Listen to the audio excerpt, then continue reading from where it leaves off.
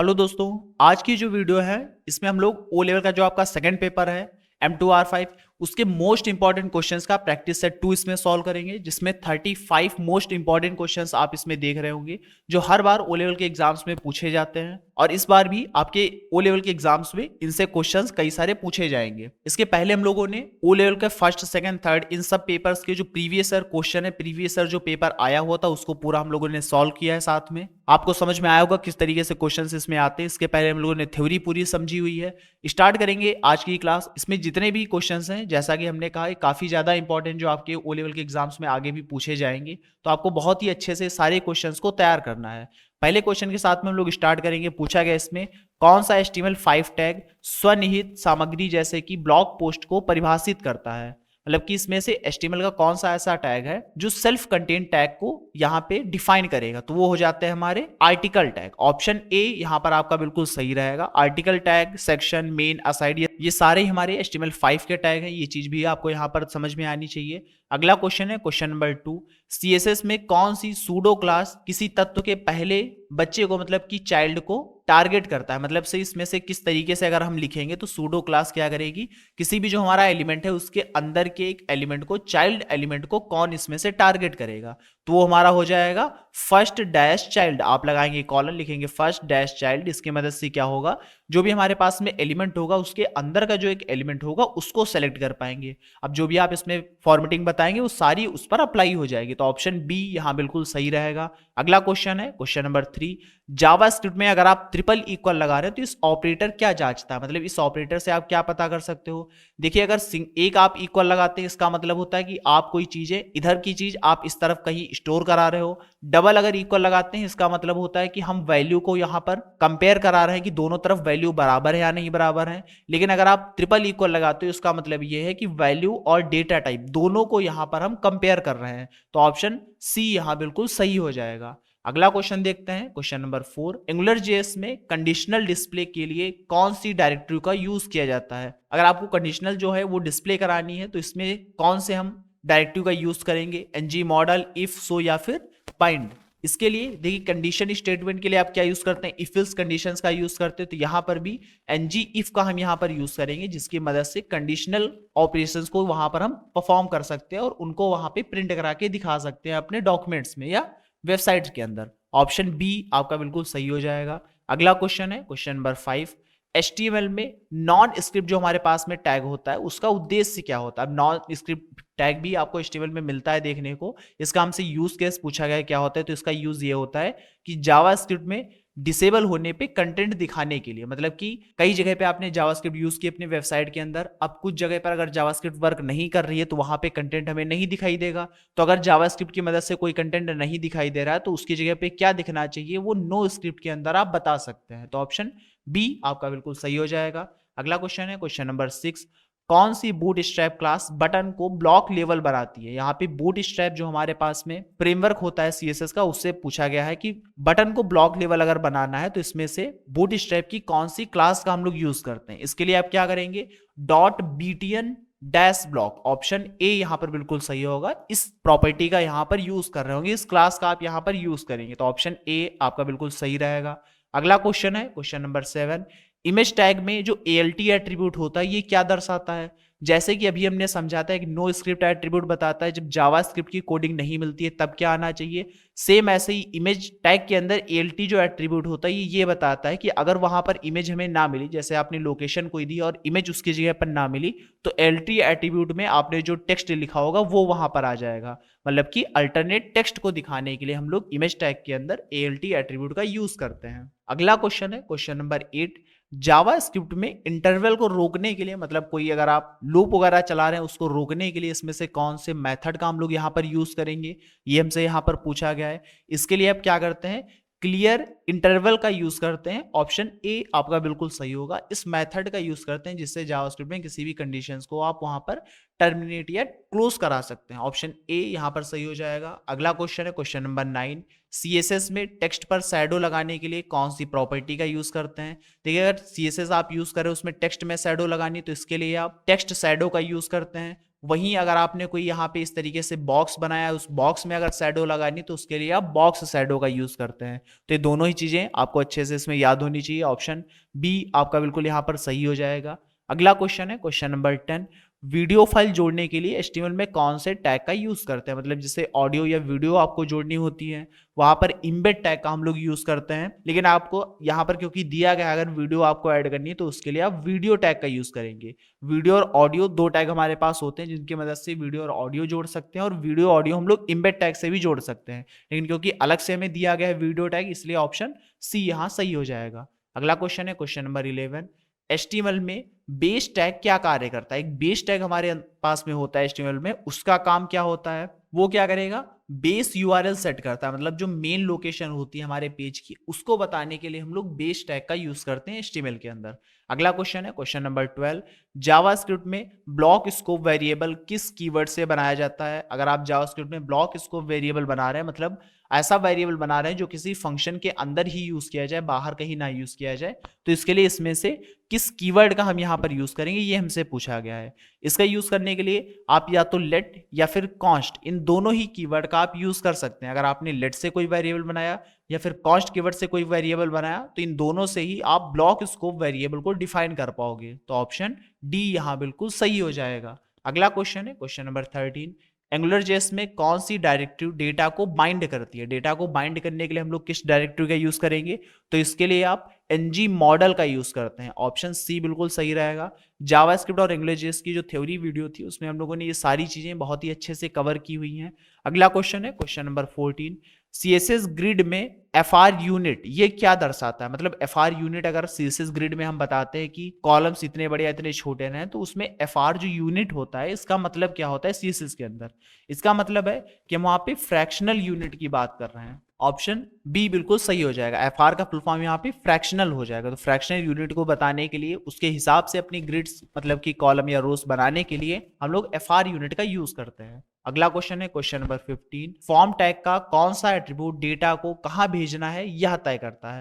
मतलब कि अगर फॉर्म टैग आपने लगाया, उसकी मदद से कोई फॉर्म आपने बनाया, तो उस अंदर के फॉर्म के अंदर का जो डेटा है उसको कहां भेजना है, उसको हम लोग किस एट्रीब्यूट से बताएंगे? क्या मेथड उसमें लिखते हैं, टारगेट लिखते हैं, एक्शन लिखते हैं, या फिर सबमिट लिखते हैं? इस चीज को करने के लिए हम लोग क्या लिखते हैं? ऑप्शन सी एक्शन कीवर्ड यहां पर टाइप करते हैं, जिससे हम बताते हैं कि जो डेटा है वो कहां पर जाएगा या किस हमारे डेटाबेस में वो डेटा जाकर के सेव होगा। अगला क्वेश्चन है क्वेश्चन नंबर 16, वेब ब्राउजर का मुख्य कार्य क्या होता है? जो हमारे पास में वेबसाइट्स, जो हमारे पास वेब ब्राउजर्स होते हैं जैसे कि क्रोम या मोजिला फायरफॉक्स, उनका मेन काम क्या होता है? उनका कार्य क्या है? वेब पेजों को एक्सेस और रेंडर करने के लिए। वेब पेजों को एक्सेस मतलब जितनी वेबसाइट्स होती है उनको लेकर आना और उन पर क्या लिखा है उनके कंटेंट को अच्छे से डिस्प्ले कराना। इसके लिए हम लोग वेब ब्राउजर्स का अलग अलग यूज करते हैं। आपसे एक क्वेश्चन है इसमें, आपको वेब ब्राउजर्स और सर्च इंजन के बारे में कुछ एग्जांपल्स यहां पर देने हैं। अगले क्वेश्चन पे बढ़ते हैं। क्वेश्चन नंबर 17, कौन सा CSS का फ्रेमवर्क यूटिलिटी फर्स्ट डिजाइन का उपयोग करता है?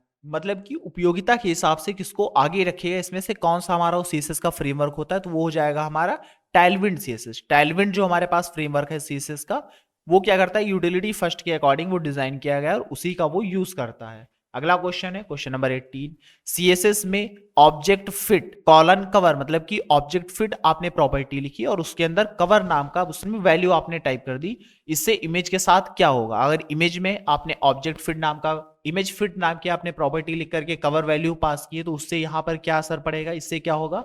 इमेज को क्रॉप करता है। इससे क्या होगा? आप इमेज को क्रॉप करके उसके अंदर पूरा फिट करा सकते हैं। तो ऑप्शन ए बिल्कुल सही हो जाएगा।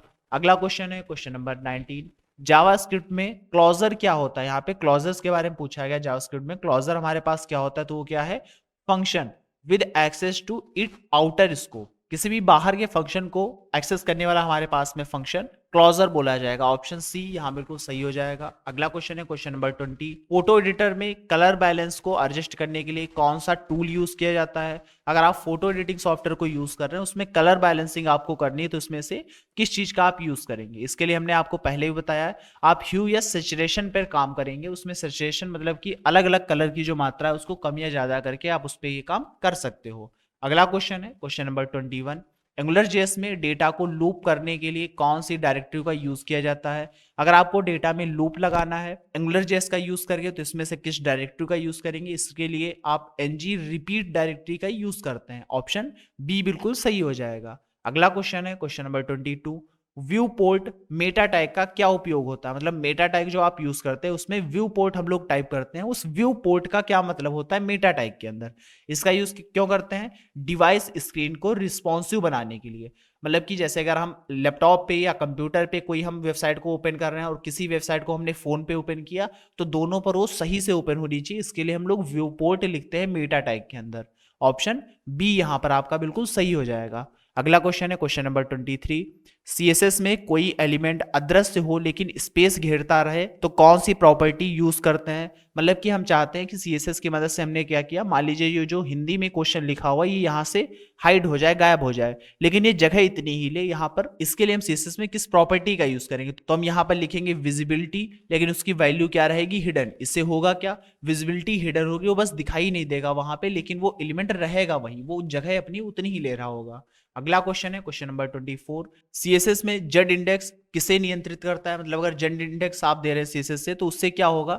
इससे होता क्या है, मान लीजिए आपने कोई एक इमेज यहां पर लगाई, उसके ऊपर यहां पर आपने कोई शेप लगाया, उसके ऊपर कोई शेप लगाया, तो इसमें से कौन सा शेप ऊपर और कौन सी इमेज नीचे रहेगी इसको हम बता सकते हैं। मतलब लेयरिंग को बताने के लिए हम लोग जेड इंडेक्स प्रॉपर्टी का यूज करते हैं। जेड इंडेक्स प्रॉपर्टी में जिसकी वैल्यू जितनी ज्यादा होगी वो उतना ही ऊपर दिखाई देगा, तो ऑप्शन सी बिल्कुल सही हो जाएगा। अगला क्वेश्चन है एंगुलर जेएस में एनजी ऐप डायरेक्टरी का उद्देश्य क्या होता है? जो एनजी ऐप डायरेक्टरी होती है इससे क्या होता है, हम लोग एंगुलर जेएस की शुरुआत करते हैं, अगर जब भी एंगुलर जेएस आप स्टार्ट कर रहे होंगे उस टाइम पे एनजी ऐप डायरेक्टरी का यूज करते हैं, तो ऑप्शन सी यहां बिल्कुल सही हो जाएगा। अगला क्वेश्चन है क्वेश्चन नंबर 26। HTML5 में फिगर टैग का उपयोग क्यों किया जाता है? जो फिगर टैग होता है उसका यूज करके आप क्या बताते हैं HTML के अंदर, इसकी मदद से हम इमेज या जो हमारे पास में इलस्ट्रेशन होता है उसको ग्रुप करने के लिए यूज करते हैं। फिगर्स टैग हम लोग अलग अलग लगाएंगे और बताएंगे, अगर फिगर टैग आपने लगाया कई सारे इमेजेस में तो आपस में ग्रुप इमेजेस हो जाएंगी। ऑप्शन सी बिल्कुल सही रहेगा।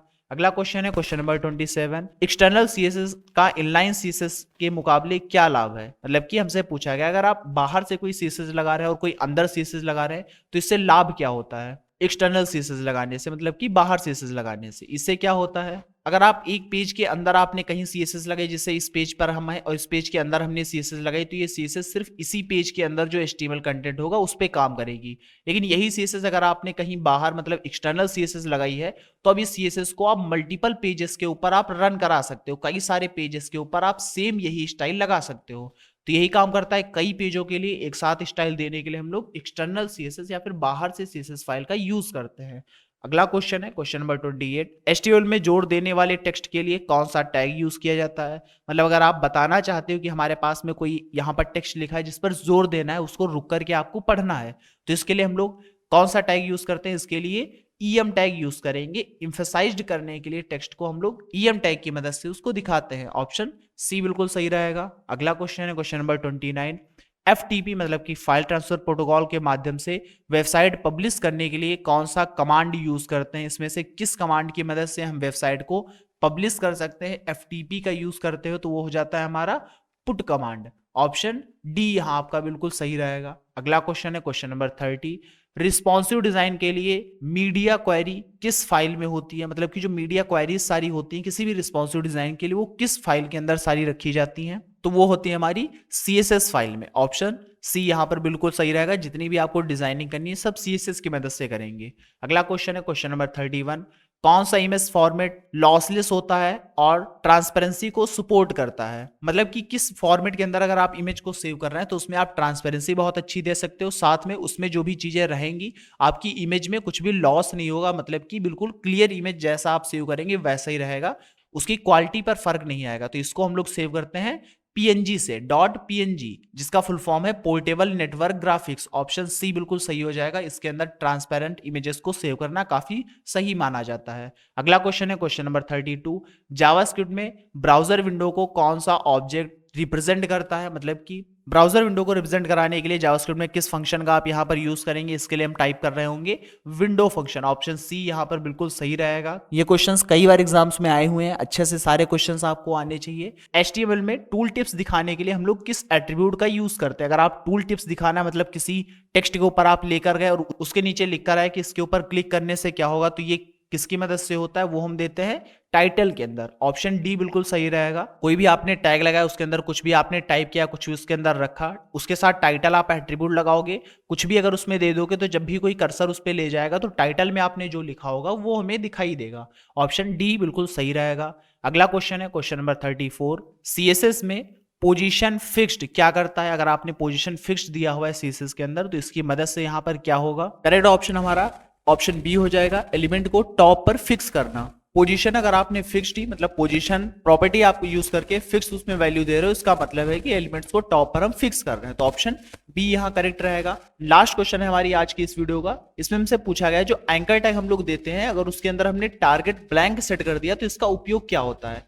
एंकर टैग आप जानते हैं क्यों यूज करते हैं? कोई भी लिंक लगाने के लिए। उसमें अगर टारगेट ब्लैंक सेट कर दोगे इसका मतलब है कि आप उसको नए टैब पर ओपन करना चाहते हो, तो यहाँ पे ऑप्शन बी बिल्कुल सही हो जाएगा। लिंक को नए टैब पर ओपन करने के लिए हम क्या करते हैं? टारगेट ब्लैंक देते हैं। अगर टारगेट सेल्फ यहाँ पर लिख देंगे तो उसी टैब के ऊपर हमारी जो फोटो या हमारी फाइल होगी वो उसी टैब के ऊपर ओपन होगी, तो ऑप्शन बी यहाँ पर आपका बिल्कुल करेक्ट हो जाएगा। ये थे हम लोगों के 35 most important questions. Practical exam के साथ में आपके प्रैक्टिकल के भी क्वेश्चन सारे करवाए जाएंगे। चैनल को सब्सक्राइब करना ना भूलें। इसके पहले कि अगर थ्योरी या इंपॉर्टेंट क्वेश्चंस की वीडियोस आपने नहीं देखे तो जरूर से देख सकते हैं।